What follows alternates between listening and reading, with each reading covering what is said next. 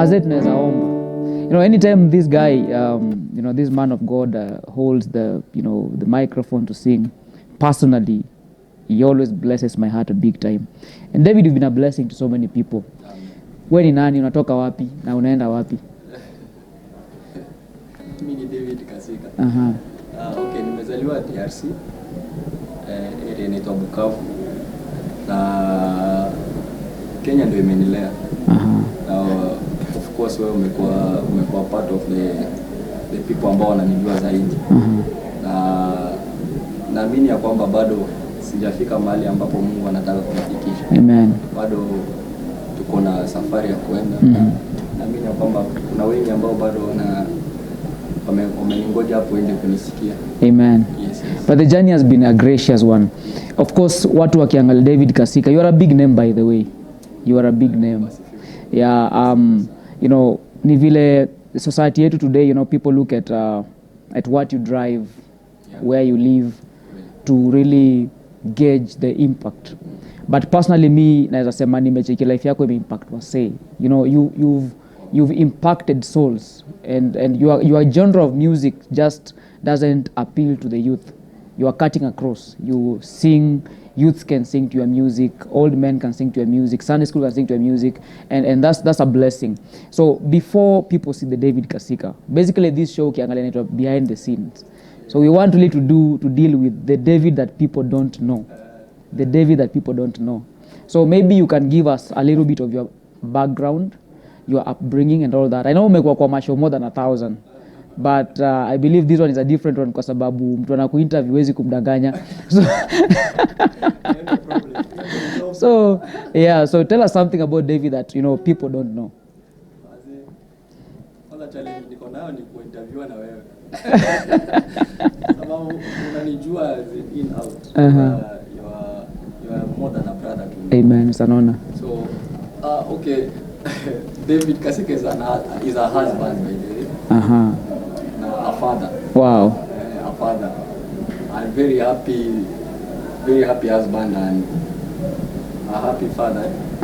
Yes. Amen. So apart from that, David Kasika is one thing ambao watu wajuangi about mimi nakwanga msee napenda kunyamaza sana. Lakini pia sipendangi nikuwe kwa environment ambayo tunakuwa watu kama ambao wana pretend yani to be what they are. So most of the time mi upenda ku make fun of things around me for the sake of the people around me. Kwa sababu I don't believe that mimi nakwanga mtu I don't really believe that I am a comedian. Lakini napendanga kwa ile nitongaje environment ya kucheka ya happy environment, yeah. Right. Na that one of the things ambao watu wajuangi because sometimes unapatanga wengine washeniuliza kwamba David Kasika unakuanga serious kweli. But for sure nakuanga serious. Nakuanga serious. Ni vile sitakange ku take everything. Hata sasa uko serious kabisa. Hata uko serious.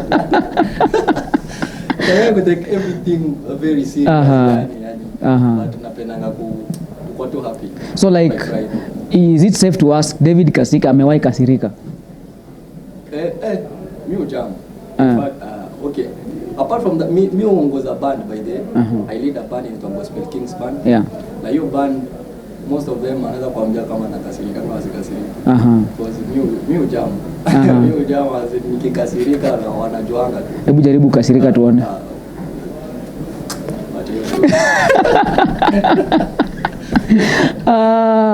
Okay, but now basically you are a very happy person. I mean from how mimi nimekujua as a very happy person.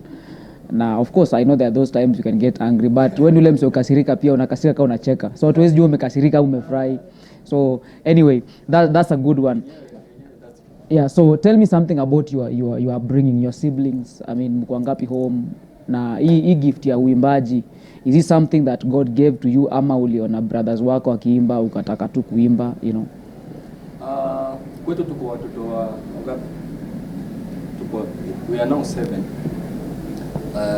But tulizaliwa 8. one of us alipass kwa vita ambayo ilifanyikanga huko Kongo. But tuko 7 of us. Na wakubwa wangu first born ni mwimbaji, alikuwa mwimbaji. She's married. Second born pia ni mwimbaji, third born pia ni mwimbaji. Wow. Mimi ndo fourth born. Wow. Okay, fourth born ndo alipass. So mimi nika take the part now. Yeah. So nilipata wale wakiimba. Mama yangu alikuwa mwimbaji. Okay, babangu ni mchungaji, ni pastor. But aje tuambia vizuri kama kweli alikuwa mwimbaji, lakini ni pastor. Ila my grandfather now alikuwa pia alikuwa mchungaji. He's late. Wow. Alikuwa pia mchungaji tu, alikuwa na pastor kanisa fulani hapo Bongo. So hii gift ya uimbaji first of all nasema ni mwito ambao niliitwa kwa sababu ndio nilipata watu wenzangu wakiimba, wale ambao walinitangulia kwa familia. Lakini personally in 2007 ndio nilisikia ni mwito ambao mimi nimeitwa. Na hata ukiangalia wale ambao wamenitangulia, most of them right now hawapo into music tena. Most of them hata washughulika na wengine wako kwa biashara. But hiyo muziki sasa ilibakia ni mimi peke yangu. Actually in the family ni mimi peke yangu nilibakia nikiwa. Wow. Mimi na the last born now. So ni kitu ambacho nilisikia ni mwito imekuja ndani yangu, na nikasema mimi in 2007 ndo niliamua sasa, nikasema wacha nichukue kama career sasa. Yes. Wow, powerful. So for you music is basically a calling. Yeah, it's a calling. Amen. It's everything. Amen. It's a calling, it's passion, kila kitu. You know, one day nilikuwa na your dad and Pastor Kasika, big up, Mungu akubariki sana. And he was making kwa tunaongea make a statement, fimbo ya Musa. Hebu tupe story ya fimbo ya Musa. Inatokea wapi? Okay. Before ni take muziki kama career. Nilikuwa I was very prayerful. I was a prayerful. Actually nilikuwa an intercessor. Amen. So ile ukua intercessor nilikuwa napenda Mungu sana. Mbele saa hizi nilikuja kurealize kwa nini Bible inasema kwamba tunafaa kumtumikia Mungu wakati bado tungaliki vijana.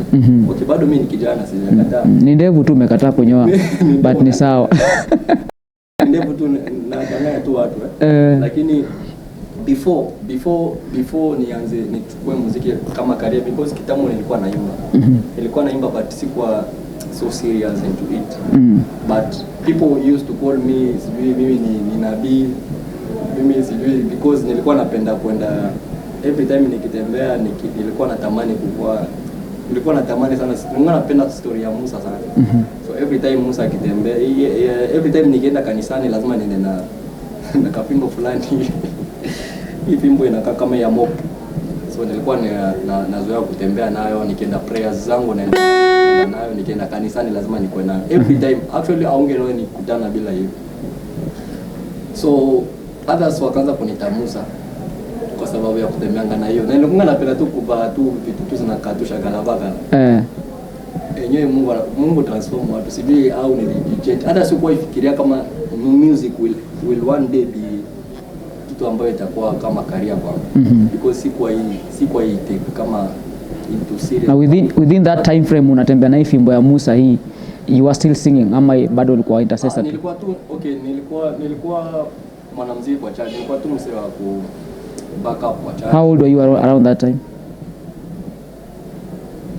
Kwa hii story ilianza nilikuwa na 11 years. Wow. From 11 years hapo nilikuwa deep into this. 7 hapo nilikuwa na miaka ngapi? Sikumbuki. Unless nipige my calculations. But ilianza tu nilikuwa na 11 years. Hizo miaka zote nilikuwa nikipenda tu maombi. Amen. Maombi na kila time, most of the time ningejifungianga kwa church na mwenyewe nafanya kesha. Na per week nilikuwa nakaa kwa kanisa hata mara 3 peke yangu kwa in a big church. Nakumbuka hiyo church ilikuwa Nyoko. I used to go there na Madaraka. Yeah, you know it. Nilikuwa naenda hapo naomba peke yangu usiku mzima. na mti yangu hapo na fimbo yangu hapo, asubuhi naamka narudi home. So hapo ndo mali watu walisemanga ni fimbo wa Musa but ilikuwa tu passion tu, nilikuwa nafurahia vile the story ya Musa vile ilikuwa. Okay. So I think hiyo ndio kitu nilibebanga sana. And I think also that maybe could be where you also picked the traits of leadership, because you are very good, strong leadership qualities when it comes to, you know, managing your band and all that. Maybe. All right. Because like vile nimesema, I never expected that inakuwa into music. But I think according to me nasemanga ni preparation, maybe God alikuwa ananitayarisha. Right, yes. For the thing ambayo nataka nifanye. Kwa sababu most of the time tunafikirianga tunapanga vitu, lakini kumbe Mungu anakuwa anatupangia vitu. Yeah. Yeah. You know, we basically walk into the manifestation of what God has, you know, yes, ordained for us. Exactly. Na sometimes process za Mungu you just have to obey vile Mungu anakulead. So tell us something about, you know, uki grow up. Uliacha hapo na mzee ama mama? Wacha mama alikuwa mpole. Mzee alikuwa anatandika. Wewe sasa sio ulikuwa unatandika, umefanya nini? Wewe na hiyo pole yote na kucheka yote. Uanguke mtihani. Uanguke mtihani shule. Ni subject gani ulikuwa unaanguka sana? Wacha ati upole. Upole basi, watu wapole wanakuanga wabaya sometimes. Okay. So wewe ni mbaya? Unajua sisi tulikuwa wase wa kucheza chini. Ile design unafanya mistake lakini hutaki watu wajue. So lakini wakati atajua tulikuwa tunachapwa na kamba fulani vya area. No hivi. Ya green stays au kala ilikuwa green, ukose ama ukose mtihani. So babangu alikuwa ni baba mwenye alikuwa na upgrade na discipline zake za alikuwa anafanyana. So after alikuwa anamaliza kukuchapa, kisha kuchapa na hiyo next time ukikosea alikuwa anakuambia upige sivile twangu aje hiyo, neka mikono chini alafu neka miguu kwa ukuta hivi juu. So hivyo ndio sisi tulikuwa tunapanishiwa. So wewe ulipanishiwa apart from mtihani, ni nini nyingine ulikuwa unachapwa au umefanya? Makosa tu za kawaida za watoto. Kama gani? Tunataka kujua juu ni behind the scenes ni kama gani? Uliwaiba ukiwa mdogo? Sio sukari. Nimewaiba school fees. Niliwaiba school fees. Hata umenikumbusha niliwaiba school fees. Nilitandikwa. Sasa ulipeleka school fees wapi? Nilipeonga pesa. Nende nilipe. Nilikuwa nimefukuza school fees. So mimi nikachukua nikasema nitalipa. But ile design yenye saa unafika shule alafu unaona wenzako wanafukuzwa. Unaona class imeenda karibu kila uko peke yako. Hapana, mimi sizilipa leo. Ngoja twende sisi wote. Nikaishi. Ukenda ice cream. Ile design ya kuenda. Unajua sasa hauwezi rudi home hiyo time. Ukirudi home hiyo time utaulizwa au kama tunarudi home saa hizi upatia pesa ya kulipa. So lazima ujipatie shughuli. Na hiyo kujipatia shughuli ndio unapata unatumia. Hiyo pesa nilitumianga stay sawa, nilitumianga 1 week. Ile pesa ya kulipa. 1 week awendi shule. 1 week sikuwa naenda shule. But asubuhi unabeba uniform, unavaa uniform na uniform na niko na hiyo pesa. Hiyo pesa sasa nilikuwa naenda natumia mafare, naenda tao, naenda nini shughuli zangu. Wow. Sitawahi sawa. Wow. So baba kama na watch sasa unaweza kumwambia aje? Najua na watch show. Pastor Kasika najua na watch show. Leo nimempata hapa akwambie. Aje kuambia exclusively on Faf TV. So umekuja sasa kuniseti. No, sikuseti. Unajua kuna vitu zingine huwezi kuambia mzee live. So nimekupea opportunity umwambie leo akikuwatch. Okay, yenyewe mimi nitakwambia tu wenyewe unisamee, lakini utaelewa pia ni utoto. Hali ya utoto pia lazima actually pia ni part of parenting. Lazima mtoto tu akukosee. Okay. All right. So uelewe tu. Okay. Tusameane. Ladies and gentlemen, I think at this point we need to take a break. We'll be right back after this short break. Stay tuned to Faf TV.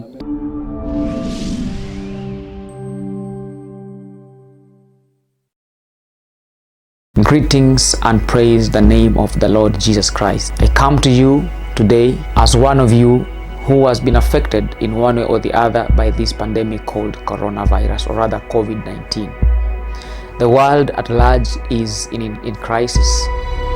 There is a problem, and where there is a problem, there is need for a solution. The COVID-19 coronavirus has gripped the world with fear and anxiety. And because of that, as a church, we have taken our measures to alert our members to stay away from our gatherings.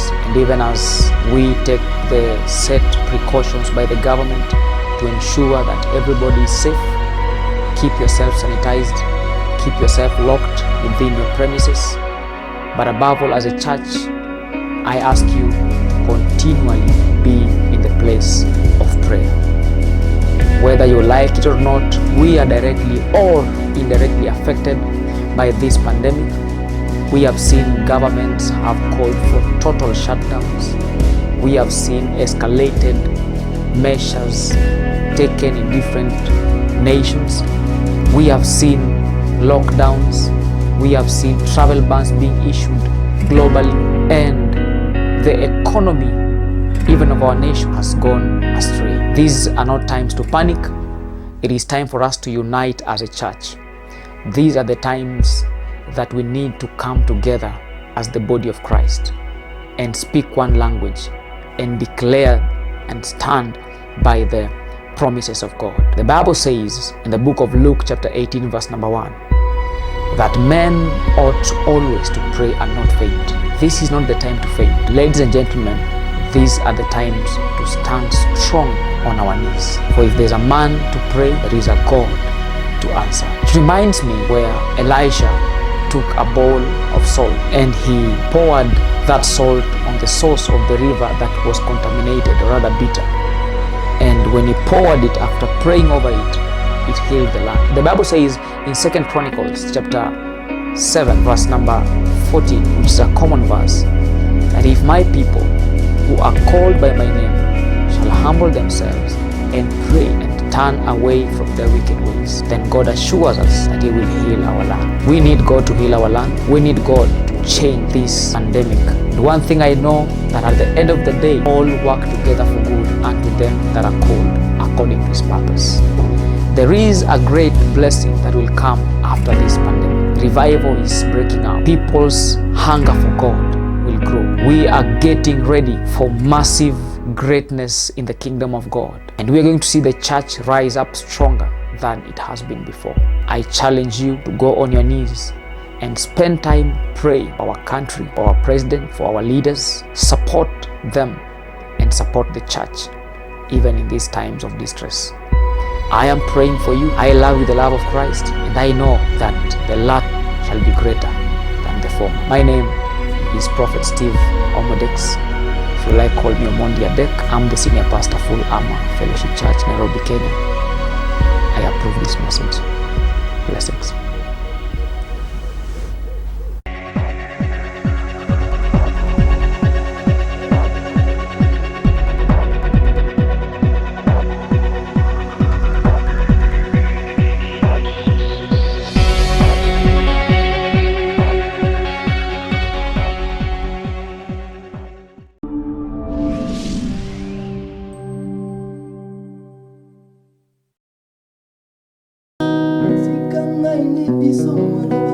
Mutima nanga ena tipo la tukumisa Shiloh Sokina wale kukumama Kasonya somo kiliko sila Kolopo saya sebene Yo fula wa mengi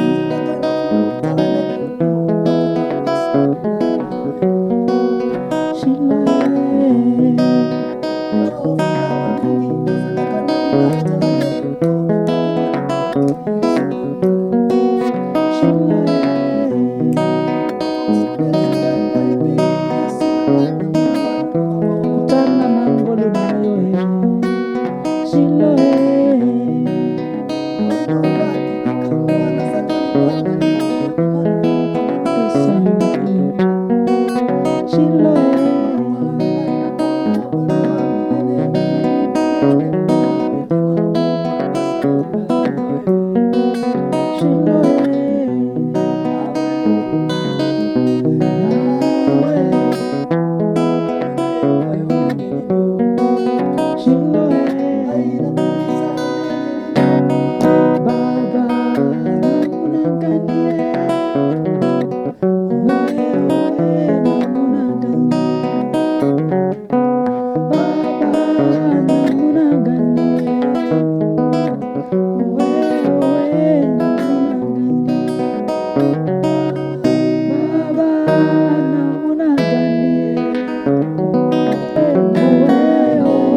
welcome back to Behind the Scene, and today I'm having a guest, a powerful music minister, David Kasika. This man, I'm telling you, such a voice, such a talented and anointed servant of God.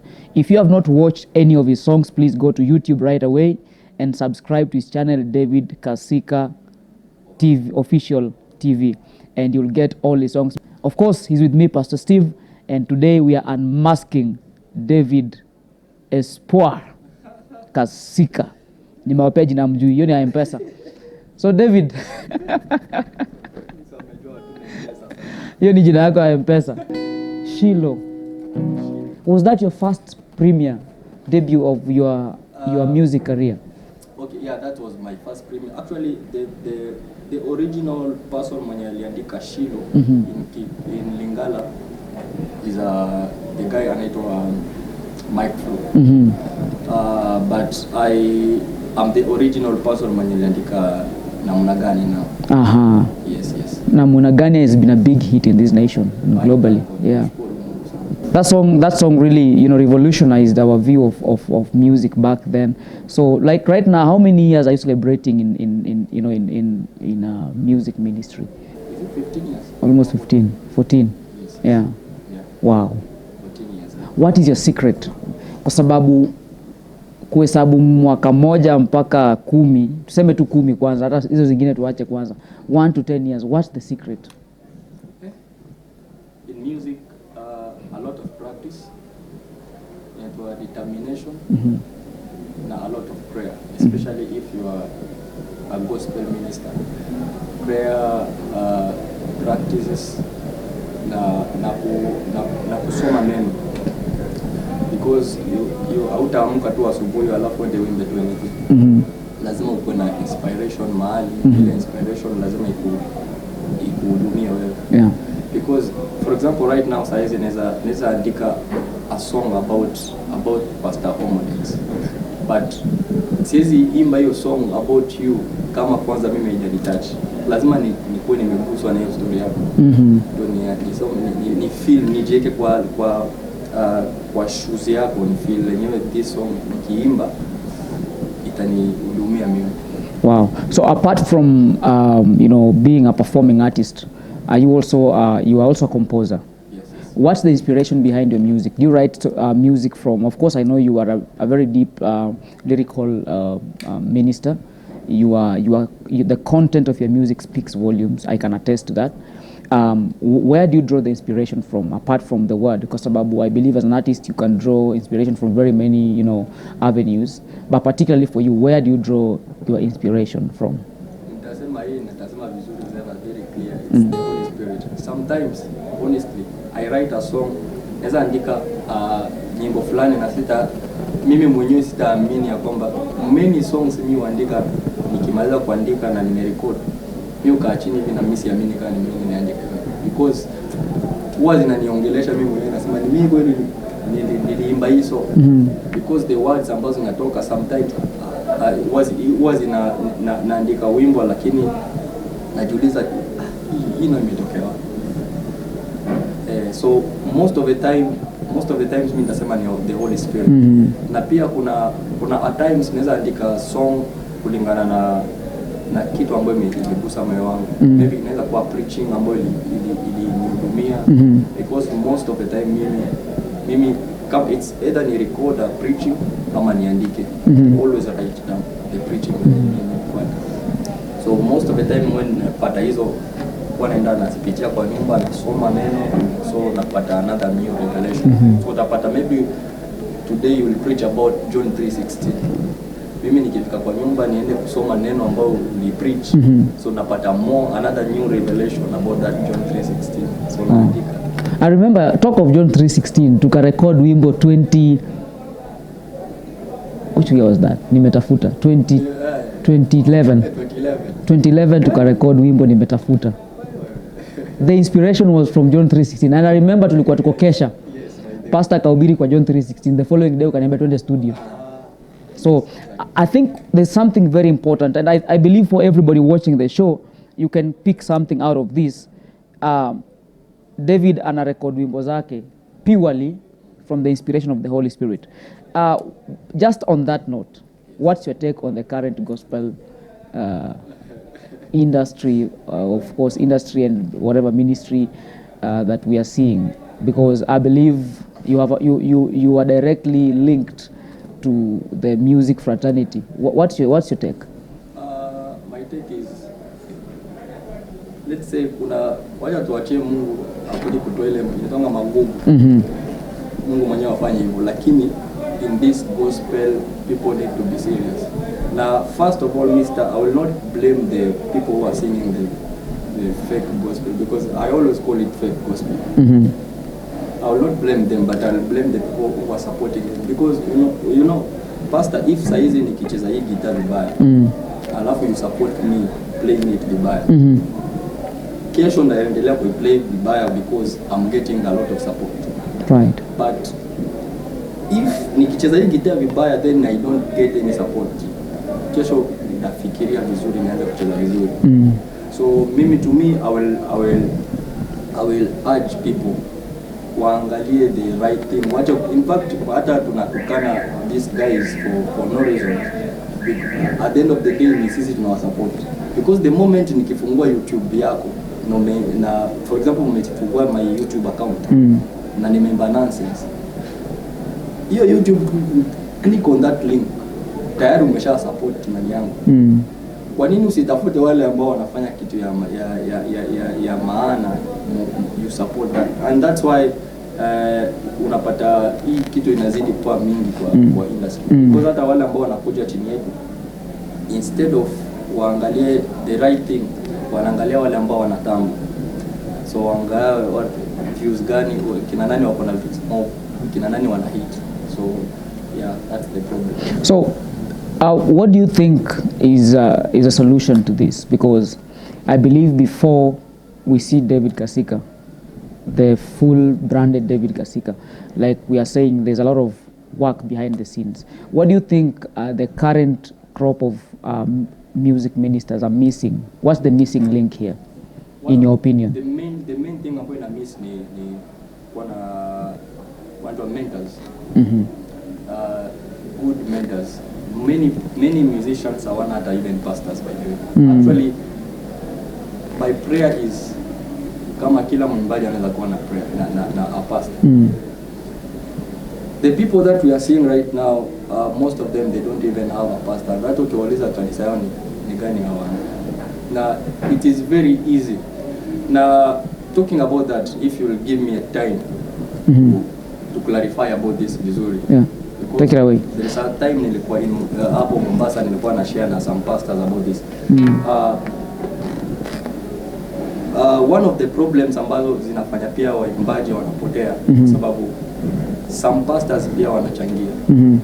Kuna wale mapastors ambao wanachangia in the wrong way, because kama pastor unafaa kuwa kama mchungaji kanisani, na mtoto akikosea unafaa kumchapa fimbo, because this is not the time ya kuambia ya kwanza kubembeleza washirika ati unafanya makosa, kuja tu pole pole.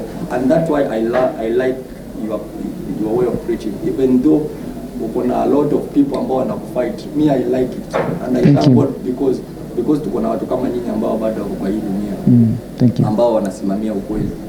But kuna a lot of pastors ambao ataacha mtoto afanye makosa na hata mrebuke, na badala ya kumrebuke atenda mseme nje vibaya. So unapata huyo mtoto alikuwa anataka kugrow kanisani, lakini akisikia pastor wake hakukuja kumapproach kumwambia yenyewe hii kitu unafanya ni makosa, lakini anasikia hii mambo nje. So unapata most ama many young people wanatoka kanisani, wanaenda wanafanya tu vitu zao vile wanajisikia. So but wale mentors wanafanya tu vile wanafeel, wale vile wanaona ni makosa, ni vizuri.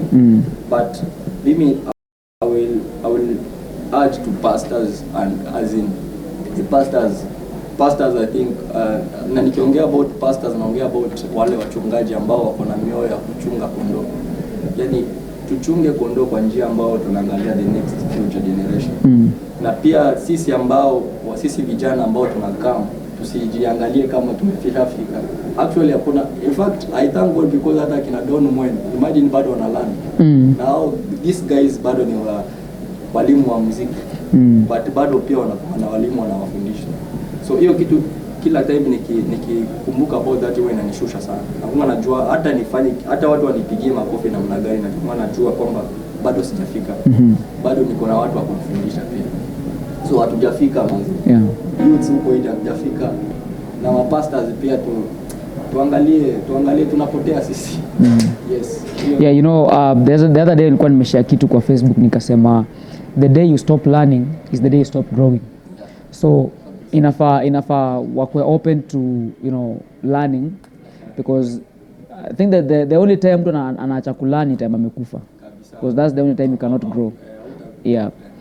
So do you think there is a drought of mentors in the, you know, in the land, or is it that the young people are not hawajui kutafuta mentors? Because this aspect of mentors, spiritual fathers and all that, it has been repeated over and over. You watch every interview, wasanii waende kwa mentors, but who is telling them where the mentors are? Do you think there's a problem, there's a missing link between now the wasanis and the mentors? What kind of a mentor would you look for, or would you advise for someone who is watching to really reach out for? First, answering your question, mentors wako lakini ni kiasi. Wale ambao wanasema ni the good mentors, na pia wasanii wako, most of them wanatafuta wrong mentors, because ni kama tu vile mtu anakuja, tuseme mtu anakujanga kanisani because of kuna jambo fulani anatafuta. Mimi huwa nauliza, huwa na train my team every time. For example, if I come to your church right now, then ufanye mistake you as a pastor. Now every time, even for the past many years, umegonga ukinihudumia vizuri, nasikia unaniombea until maombi yako yanafanya kazi kwa maisha yangu. But the moment inakuja one day something to happen, ufanye mistake, ufanye a certain mistake. Then from that nitoke kwa hiyo kanisa. Then nianze mimi ndio niko the first person kusema that this pastor was, huyo pastor atakuwa anajua Mungu. But nimesahau ni mimi ulikuwa unaniombea vitu zangu zikafanyika. So hiyo church nilikuwa nakaa kufanya nini? Nilikuwa nakuja because of the pastor. Sikuwa nakuja kwa sababu ya Mungu ambao. Come on, preach now. So the moment hiyo ndo makosa ambayo many these young people and musicians wako nayo, because they wanakuja to mentors because of hiyo kitu ambao wamesikia, hiyo kitu ambao wanaona kuna jamaa kuna gari, labda nikikuja hapa na mimi nitakuwa hivi. But hawataki kuangalia who this guy ako na nini ndani yake, because hiyo ndio kitu important. Hizi vitu zote hata tunavaa saa hizi hata zina maana, but hiyo kitu iko ndani yako, and that's why you are very shorter than me. But mimi even every person mwenye anajua kwamba the way I respect you. I'm not talking this because of kwa hii TV. Many people wanajua I respect you because ya hiyo kitu kwa ndani yako. Kuna time tunaweza make joke mimi na wewe, lakini kuna a level ambayo ikifika najuanga this person, kuna hiyo kitu iko ndani yake, sio mimi sina. Kuna ukubwa ambao uko ndani. Hiyo ndio kitu ambayo many musicians and many people there wanafahamu. Wasiende tu kwa mentors because of hiyo kitu ambacho jamaa ana drive. Ama jamaa kuna church na kana namna gani, hapana. So they basically look for what drives the person, not what they drive. Exactly. Amen. That's a powerful word. That's a powerful word right there. So every msanii ambaye unawatch show, or even young people that are watching the show, it is important. Remember the hands that have been laid on you. Remember the spiritual investment ambayo imewekwa ndani yako. Remember, you're not going to church to please anybody. You are going there to be nourished by God and through the servants that God has ordained. And I believe we are also in the season of the emergence of the sons of God. If you look at the prophetic, we are living in a prophetic primage where the fulfillment of prophecies nafanyika saizi, where God said he'll pour out his spirit upon all flesh, and the young men will rise up and prophesy. And that's just what is happening right now. So I believe any moment prophetic intercessors to rise, prophetic musicians to rise, you know, watu ambao as long as whatever art God has given you can reach out to 2 or 3 people to change their lives, glory will be to God. And above all things, to work a ministry above industry. It can't be otherwise. Yeah, it has to be ministry of our industry. Amen. Yeah, and also just as we are almost winding up, David Kasika, umeoa binti mrembo sana. Hii macho hii tunaomba na kuangalia. Ulipata huyu msichana wapi? Tunaomba na kuangalia. By the surprisingly nilimpata kwa church. Wow. Nilimpata. Ulienda mission ukaenda kutazama? Sio hivyo. Nilikuwa kutazama but nilikuwa nimealikwa kuimba mahali hapo, kuna church inaitwa Calvary Temple hapo Komaro. So one day nilialikwa tu kuimba. After kuimba, one of my friends akani connect na akaniambia, by this is my sister, greet my sister. Kumbe walikuwa tu mabeshte. Those are destiny helpers. This meet my sister hivyo tu. So from there I don't know how to from there alituachanga. By the way, I remember alituachanga tukiongea hiyo time. After hiyo event alituacha tukiongea, karibu kuongea kujoana, tuka exchange number na by there I can have your number hivyo. Pole tukaanza kuchat. Pole slowly tukaanza kujipata, tunaanza kuomba pamoja. Tulikuwa prayer partners. Wow. Hapo tu mali tulimit ndo mali tulikuwa naenda prayers. Wow. Every day tulikuwa naenda majioni, tunaenda kuomba hapo. Kitoka kwa shughuli yetu tunarudi tunaomba tena pamoja. And tuli date for a long time. Tuli date for almost 6 years. Eish. Kabla tuoane sasa. Wow. But in 2017 ndo nilikuwa kwa lineup yako. Nilikuwa sapewa 19. Mungu amewabariki na kijana drama. Niliona kwa YouTube jamaa anachapa drums. Kila mtu kwa anasema about that, but kijana, the guys in the band ndo walianza kumsema. Walianza kumsema kabla hata azaliwe. Alikuwa na Paul, alikuwa anasema huyu jamaa lazima awe drama. Kwa drama. So this boy nikiamka asubuhi, because it's my routine, nikiamka asubuhi mimi nachukua gitaa na train pole. Pia nakujanga. Nilimnunulia netangu hadi tu drums kwa plastic. So anakujanga tu na hizo vitu zake eka tu hapo. Daddy cheza. Tunaanza kucheza. Wow. So hivyo tu ndio chapa routine yetu. Anapenda drums kama kitu kingine. Such a powerful. Hizi music zingine anaweza kuguza lakini hata shughulikangi nazo. So you are a musical family because your wife also sings. Yeah. By the way, we are a musical family. Wow. Nashukuru Mungu. By the way, this guy they composed a song for me, wakati wa wedding yangu. And it was a good one. So that's a dedication to my wife anyway.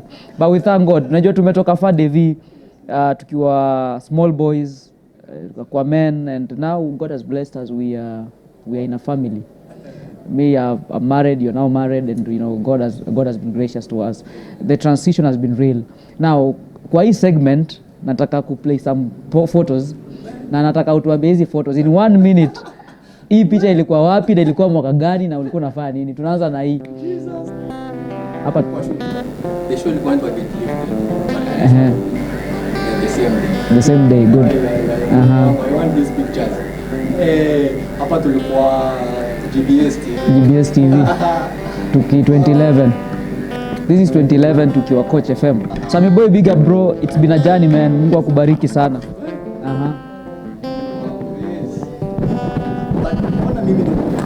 Uthiru Foursquare. How come you remember all these things? Hapa tulikuwa Kibira. Crusade. Na hii jacket ya red ilikuwa yangu. Tulikuwa tunasaidiana. This was my first ever event niliwahi organize. Kwa pale town Mango Hotel. Nikiata miaka sikumbuki nilikuwa miaka. Viewers watuambie ni nani anakaa Masai between these wawili. Wow, beautiful. This was my wedding day, and thanks for the support all through. This is up at the church.